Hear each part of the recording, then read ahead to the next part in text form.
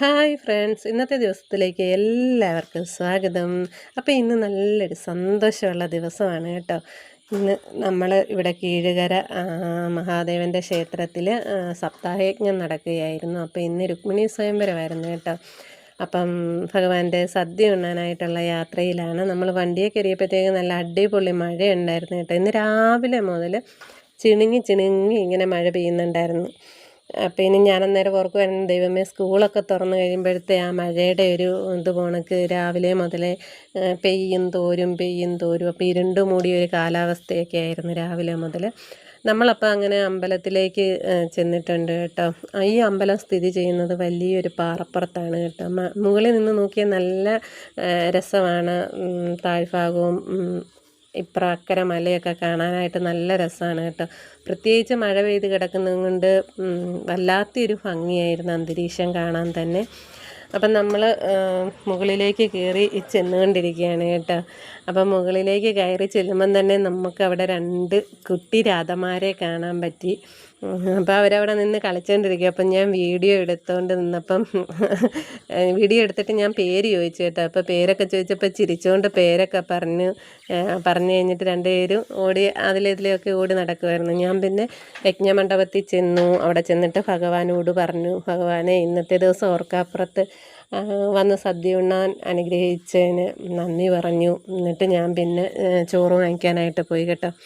അപ്പം നമുക്കറിയാവുന്നവർ തന്നെയാണ് ചോറ് തരുന്നത്.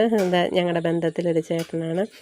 അപ്പം എല്ലാവരും നമുക്കറിയാവുന്നവരൊക്കെ ആയിരുന്നു കേട്ടോ. പിന്നെ അവർക്ക് നമ്മൾ വീഡിയോ എടുക്കുമ്പോഴേ അറിയാം നമുക്കിത് കണക്ക് ചാനലുണ്ടെന്ന് അറിയാം. പിന്നെ എനിക്ക് ഏറ്റവും കൂടുതൽ എന്താണെന്ന് വെച്ചാൽ, ഞാൻ അമ്പലത്തിൽ പോകുമ്പോൾ ഉണ്ടല്ലോ 3 കറിയും വാങ്ങിക്കും കേട്ടോ. പരിപ്പ് സാമ്പാറും മോര് കറിയും വാങ്ങിക്കും ഒഴിച്ച് കറിയായിട്ട്.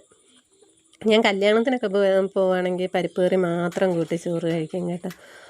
അപ്പം നമ്മളെ നല്ല അടിപൊളി സദ്യയായിരുന്നു. അച്ചാർ, 2 തരം അച്ചാർ, ഇഞ്ചിക്കറി, അവിയൽ, തോരൻ, മധുരപ്പച്ചടി, പപ്പടം, പിന്നെ ഒഴിച്ചുകറി 3 ഉണ്ടായിരുന്നു കേട്ടോ. അടിപൊളി സദ്യയായിരുന്നു. സദ്യയെല്ലാം കഴിഞ്ഞിട്ടായിരുന്നു 2 തരം പായസം ഉണ്ടായിരുന്നു. അടപ്രഥമനും പാൽപ്പായസവും ഉണ്ടായിരുന്നു. അതും വാങ്ങിച്ചു.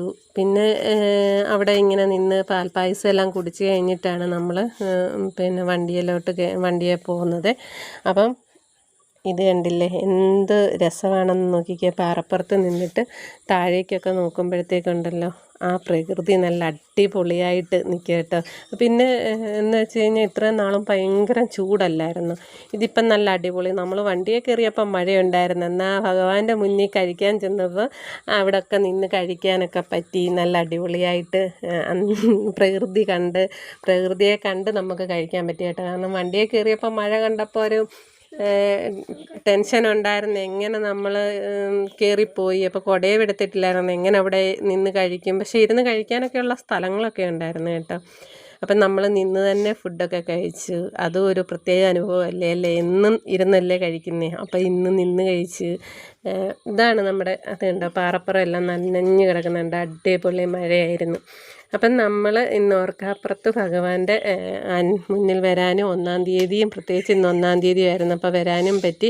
അടിപൊളി സദ്യ ഉണ്ണാനും പറ്റി. അപ്പോൾ എൻ്റെ ഇന്നത്തെ ഒരു ചെറിയ സന്തോഷ നിമിഷം, ഇന്നത്തെ എൻ്റെ സന്തോഷ വീഡിയോ ഇതാണ് കേട്ടോ. അപ്പോൾ എല്ലാവർക്കും ബൈ പറയുന്നു. അപ്പോൾ ബായ്. അപ്പോൾ എൻ്റെ വീഡിയോ എല്ലാവർക്കും ഇഷ്ടപ്പെട്ടാൽ ലൈക്ക് ചെയ്യുക, സബ്സ്ക്രൈബ് ചെയ്യുക ചാനൽ. അപ്പം ഞാൻ ഇനി ഒരു പുതിയ വീഡിയോയുമായി വരുന്നിടം വരെ എല്ലാവരോടും ബായ്.